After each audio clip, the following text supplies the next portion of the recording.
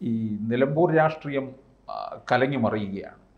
നമ്മൾ വിചാരിച്ചതുപോലെ തന്നെ വന്നെത്തി, വർഗീയത കൂടുതൽ കലർന്നു. അപ്പോൾ ഈ ജമാഅത്തെ ഇസ്ലാമിയെ ഇപ്പോൾ UDF ഏറ്റെടുത്തിരിക്കുകയാണ്. അത് അവർക്ക് ദോഷം ചെയ്യുമോ? UDF ദോഷം ചെയ്യും എന്നൊരു അഭിപ്രായം എനിക്കില്ല. കാരണം ജമാഅത്തെ ഇസ്ലാമി ആണെങ്കിലും മുസ്ലിം ലീഗ് ആണെങ്കിലും പോപ്പുലർ ഫ്രണ്ട് ആണെങ്കിലും നിരോധിച്ചു വന്നാലും SDP ആണെങ്കിലും PDP ആണെങ്കിലും ഇവരെല്ലാം ഉയർത്തുന്ന രാഷ്ട്രീയം മുസ്ലിം വർഗീയതയുടെ രാഷ്ട്രീയമാണ്, INL. ഈ വർഗീയ രാഷ്ട്രീയത്തിൻ്റെ ഭീകരതയുടെ അംശം കൂടിയും കുറഞ്ഞുവരിക്കാം, മതമൗലികവാദവും കൂടിയും കുറഞ്ഞിരിക്കാം, വർഗീയ ഭീകരതയും കൂടിയും കുറഞ്ഞിരിക്കാം. എങ്കിലും ഇതെല്ലാം ഓരോ അനുവാദത്തിലും ഉള്ള സംഘടനകളാണ് ഈ പറയുന്ന ജമാഅത്തെ ഇസ്ലാമി തൊട്ട് മുസ്ലിം ലീഗ് വരെ. ഇവരെയെല്ലാം കൂടെ കൂട്ടുന്ന രാഷ്ട്രീയമാണ് ഇടത് വർഗീയ മുന്നണിയും വലതു വർഗീയ മുന്നണിയും ഇന്ന് വരെ തുടർന്നു പോന്നിട്ടുള്ളത്. EMS കാലം തൊട്ടേ അങ്ങനെയാണ്. EMS ആണ് ആദ്യമായും മുസ്ലിം ലീഗിനെ ഒരു മന്ത്രിസ്ഥാനം കൊടുത്ത് മലപ്പുറം ജില്ല കൊടുത്ത് കൂടെ ചേർത്ത് നിർത്തി മതനിരപേക്ഷതയുടെ ലേബലിട്ട് കൊടുത്തയാൾ EM ശങ്കരൻ നമ്പൂതിരിപ്പാടാണ്. ഇന്നും അത് തുടരുന്ന മാത്രം. പിന്നെ ഒരു കാര്യം ഇത് പറഞ്ഞു വരുമ്പം ഇന്നത്തെ പത്രത്തിൽ ഈ ജമാഅത്തെ ഇസ്ലാമിയുടെ പ്രസിഡന്റ് റസാഖ് പാലേരി ഇദ്ദേഹം നടത്തിയൊരു പ്രസ്താവനയുണ്ട്. അതെന്താന്ന് പറഞ്ഞാൽ, ഞങ്ങളിപ്പോൾ UDF സഹായിക്കുന്നത്, ഇന്ത്യൻ എക്സ്പ്രസിലെ വാർത്തയാണ്, ഞങ്ങളിപ്പോൾ UDF സഹായിക്കുന്നത് CPM രക്ഷിക്കാൻ വേണ്ടിയാണെന്നാണ് പറഞ്ഞത്. അതിന് തന്ത്രം മനസ്സിലായില്ലേ? CPM എന്താ വലിയ അപകടത്തിലേക്ക് പോകാൻ പോകുന്നു. സ്വാഭാവികമായും പിണറായി ആയിരിക്കും ഉദ്ദേശിച്ചത്. ഇങ്ങനെ പോയാൽ ബംഗാളിലും ത്രിപുരയിലും സംഭവിച്ചതുപോലെ കേരളത്തിലും സംഭവിക്കാനിടയുണ്ട്. അതുകൊണ്ട് CPM ആ അപകടത്തിൽ നിന്ന് രക്ഷിക്കാനാണ് ഇപ്പം ഞങ്ങൾ UDF കൂടെ ചേരുന്നതെന്നും, അതുപോലെ ഈ വെൽഫെയർ പാർട്ടി, അവരുടെ പാർട്ടിയാണ് വെൽഫെയർ പാർട്ടി, വരാൻ പോകുന്ന തെരഞ്ഞെടുപ്പുകളിലും UDF ആയിരിക്കുമെന്നും പറഞ്ഞിട്ടുണ്ട്.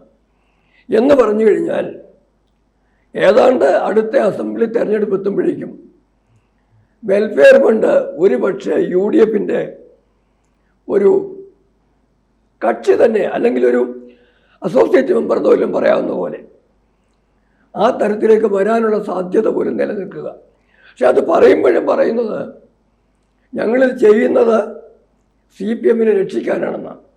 എന്ന് പറഞ്ഞാൽ ആത്യന്തികമായിട്ട് വെൽഫെയർ ഫണ്ട് രക്ഷിച്ചെടുക്കാൻ നോക്കുന്നത് CPM ചുരുക്കം. അപ്പം കമ്മ്യൂണിസ്റ്റ് പാർട്ടിയും മാർക്സിസ്റ്റ് കമ്മ്യൂണിസ്റ്റ് പാർട്ടി എന്ന് പറയുന്ന വർഗസമരത്തിൻ്റെ പാർട്ടിയും വർഗീയതയോടൊപ്പം തന്നെയാണ്. അല്ലെങ്കിൽ തന്നെ എന്താണ് PDP, മദനിയുടെ PDP അവരുടെ കൂടെ ഇല്ലേ? മദനിയുടെ അത്രയും തീവ്രമായ വർഗീയത കേരളത്തിൽ വളർത്തിയിട്ടുള്ള വേറെ ഏത് നേതാവുള്ളത്?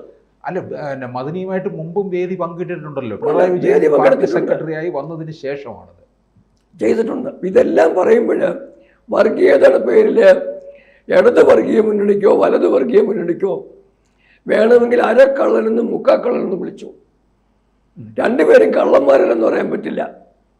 ഇതാണ് ഇവിടെ രാഷ്ട്രീയം. ഇനി ഒരു കാര്യം കൂടെ ഞാൻ പറയുക, ഇവർ മാത്രമല്ല, ഇന്നത്തെ ഇന്ത്യൻ എക്സ്പ്രസിൻ്റെ വേറൊരു വാർത്തയും കൂടി ഞാൻ അങ്ങനെ നമ്മുടെ ശ്രോതാക്കളുടെ ശ്രദ്ധയിൽ കൊണ്ടുവരിക. CM to release COVID table book on Samastha today. ഇന്ന് 5 മണിക്കാണെന്ന് തോന്നുന്നു,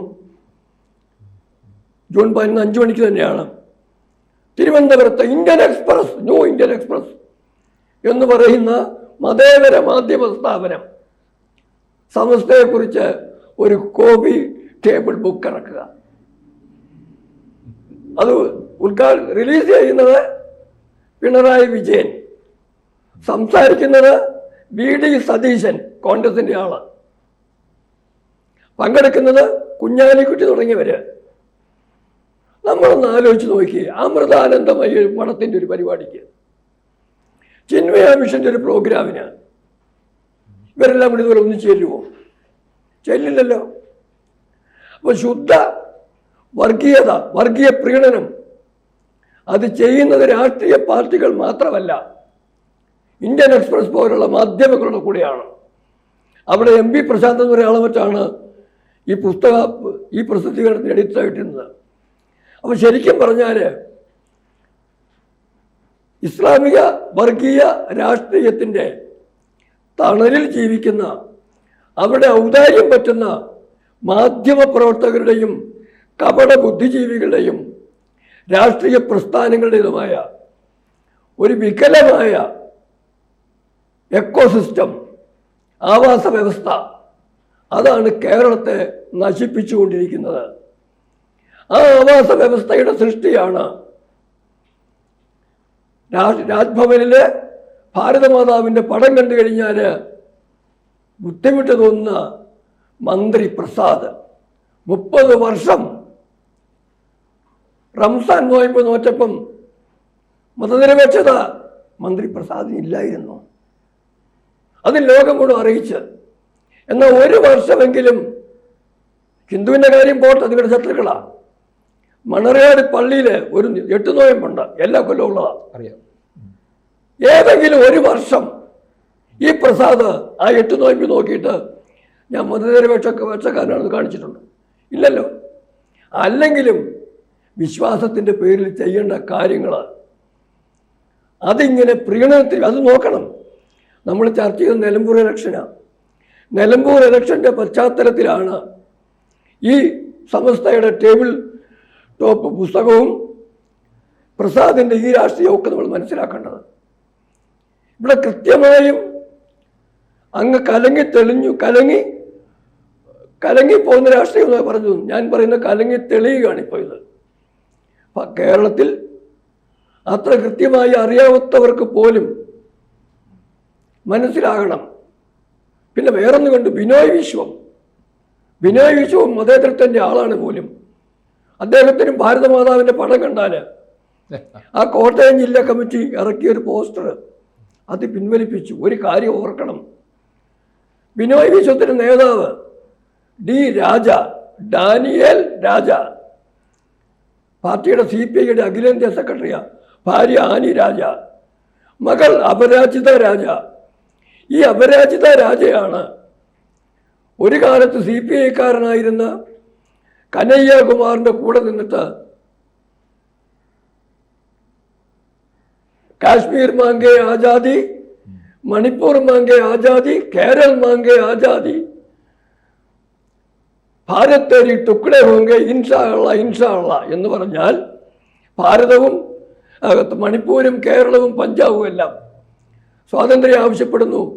അള്ളാഹ് അനുവദിക്കുകയാണെങ്കിൽ ഭാരതത്തെ കഷണമാക്കി മാറ്റുമെന്ന് ഭാരത് തേരി ടുക്ടേ ഹോങ്കെ എന്ന് പറഞ്ഞ ആ രാജായുടെ മകളും CPIയുടെ ഒരു പോഷക സംഘടന നേതാവാണ്.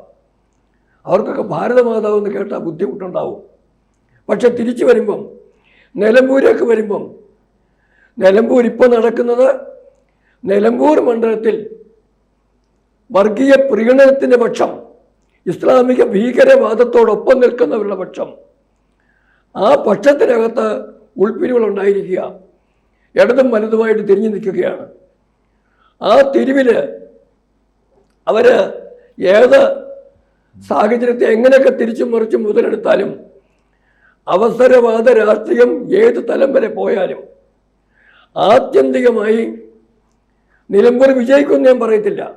നേരത്തെ മറ്റൊരു ചർച്ച സൂചിപ്പിച്ചതുപോലെ ഇതെല്ലാം കേരളത്തെ നയിക്കുന്നത് യഥാർത്ഥ ദേശീയ പക്ഷത്തിൻ്റെ ചിന്താധാരയിലേക്ക്, എല്ലാ മതങ്ങൾക്കും തുല്യ പ്രാധാന്യം, സർവധർമ്മ സമഭാവനയുടെ ഭാരതത്തിൻ്റെ ഭരണഘടന ആഗ്രഹിച്ച ആ ഒരു സാഹചര്യത്തിലേക്ക് കാര്യങ്ങൾ മാറ്റുവാനും നിലമ്പൂരെ തെരഞ്ഞെടുപ്പ് പോലെ എന്തു തന്നെയാണെങ്കിലും അത് കേരളത്തിലെ വർഗീയ ഭീകരവാദത്തിൻ്റെ ഇരകളാകുന്ന ജനസമൂഹത്തിന്, ഞാൻ പച്ചയായിട്ട് പറയാം, ഹൈന്ദവ സമൂഹത്തിനും ക്രിസ്തീയ സമൂഹത്തിനും അതൊരു വലിയ മുന്നറിയിപ്പായിട്ട് മാറട്ടെ എന്നാണ് ഞാൻ ആഗ്രഹിക്കുന്നത്.